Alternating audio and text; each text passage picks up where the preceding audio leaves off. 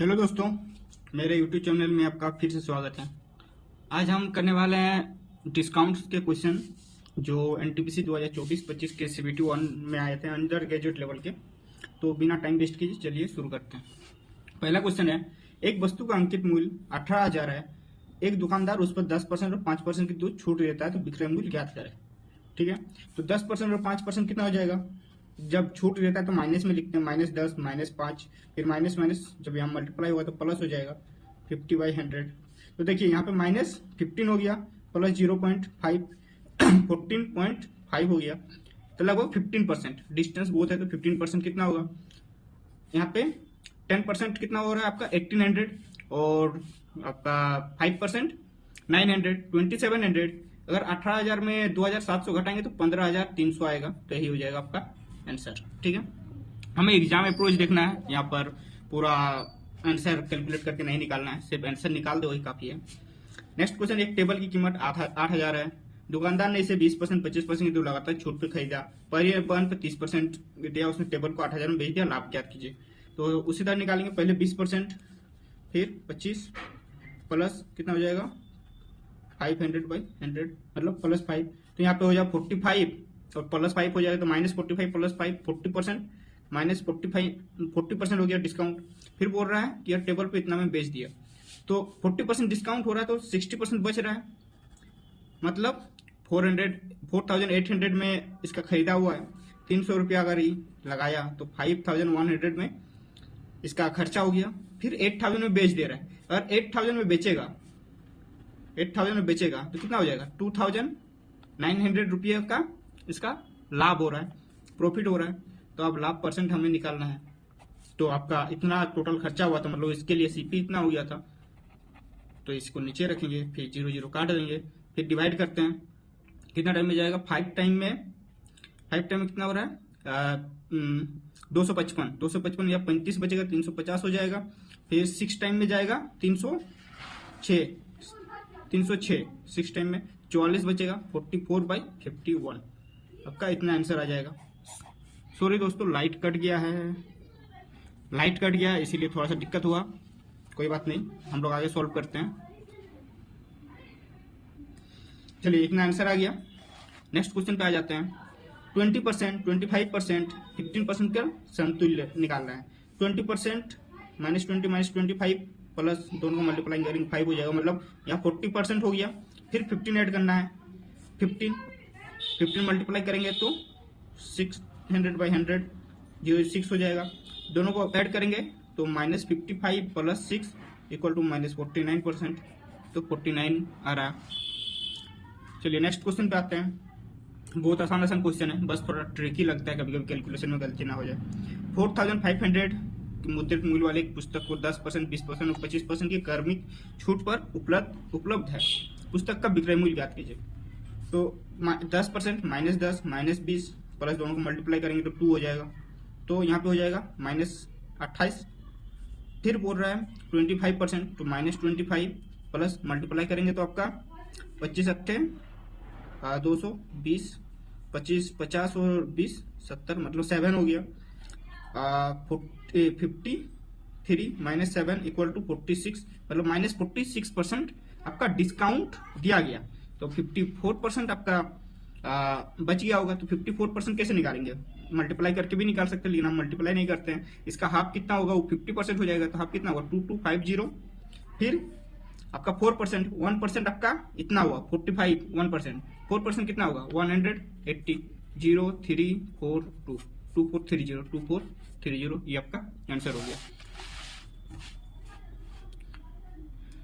Next question, एक दुकानदार एक पंखे का मूल्य उसके क्रय मूल्य से 25% अधिक अंकित करता है और इसके अंकित मूल्य पर 60% की छूट देता है। यदि 140 पर लाभ अर्जित करता तो 140 का लाभ अर्जित करता है तो पंखे का अंकित मूल्य ज्ञात कीजिए। तो हम मान के चलते हैं इसका क्रय मूल्य 100, CP 100 हो गया, तो मार्क प्राइस कितना होगा? 125, 25% अधिक बोला है।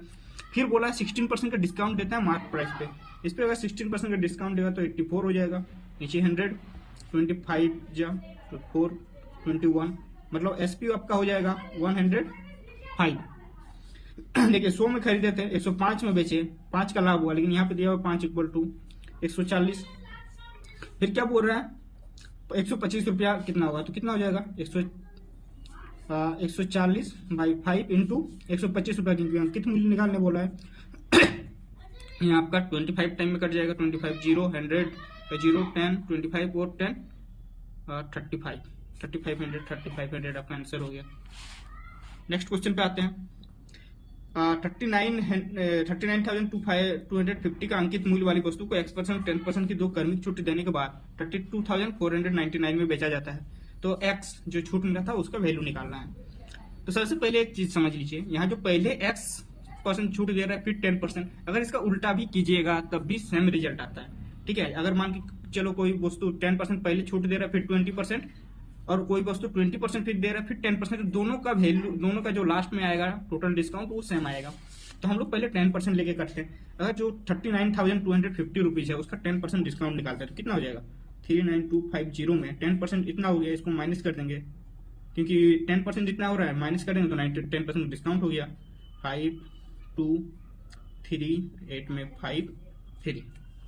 ठीक है, अब हमें x निकालना है। तो देखिए 10% डिस्काउंट दे दिए, उसके बाद x% डिस्काउंट देंगे तो कितना परसेंट डिस्काउंट देंगे, इतना होगा।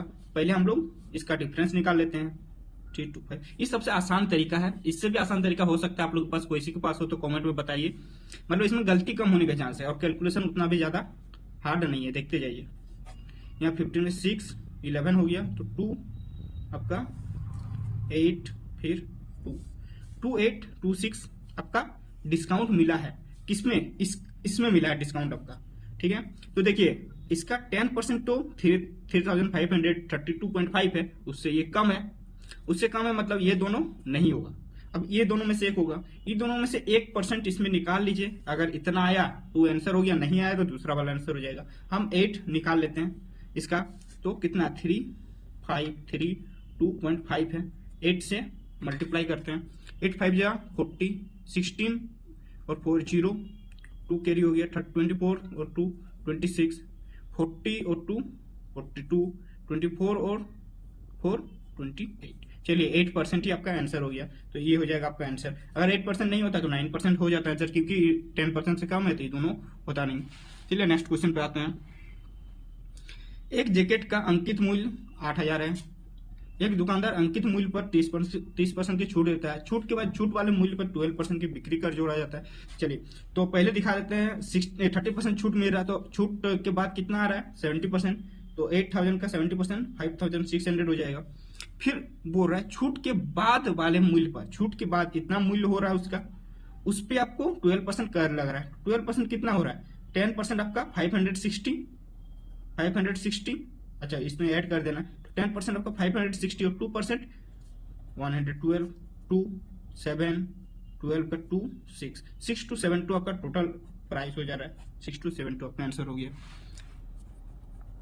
एक खुदरा विक्रेता अपने ग्राहकों को वस्तुओं की खरीद पर निम्नलिखित छूट दे रहा है। 30 खरीदे 10 मुफ्त पाए, तो कितना परसेंट छूट दे रहा है, मतलब 30 खरीदने पे 10 छूट पा रहा है, मतलब 40 वस्तु, मतलब अगर 40 वस्तु हमको प्राइस है, मान के चलिए 10 रुपया करके है तो 400 रुपया है, लेकिन हम लोग 400 रुपया की जगह हम लोग को 300 रुपया पे करना पड़ रहा है, 300 रुपया पे करना पड़ रहा है। तो हमें डिस्काउंट कितना मिला 100 रुपया, और 100 रुपया पे डिस्काउंट मिला, किस पे मिला 400 पे, मतलब 1/4 डिस्काउंट हो गया। 1/4 मतलब 25%। देखिए आज थोड़ा लाइटिंग कम है। और एक बात, जो यहाँ पे ऊपर में कैलकुलेशन करते हैं हमको मल्टीप्लाई और डिवाइड करने से इजी लगता है प्लस माइनस करना, इसीलिए हम प्लस माइनस करते हैं। अगर आप लोग को मल्टीप्लाई और डिवीजन में मतलब वो ज्यादा इजी लगे तो वही कीजिए।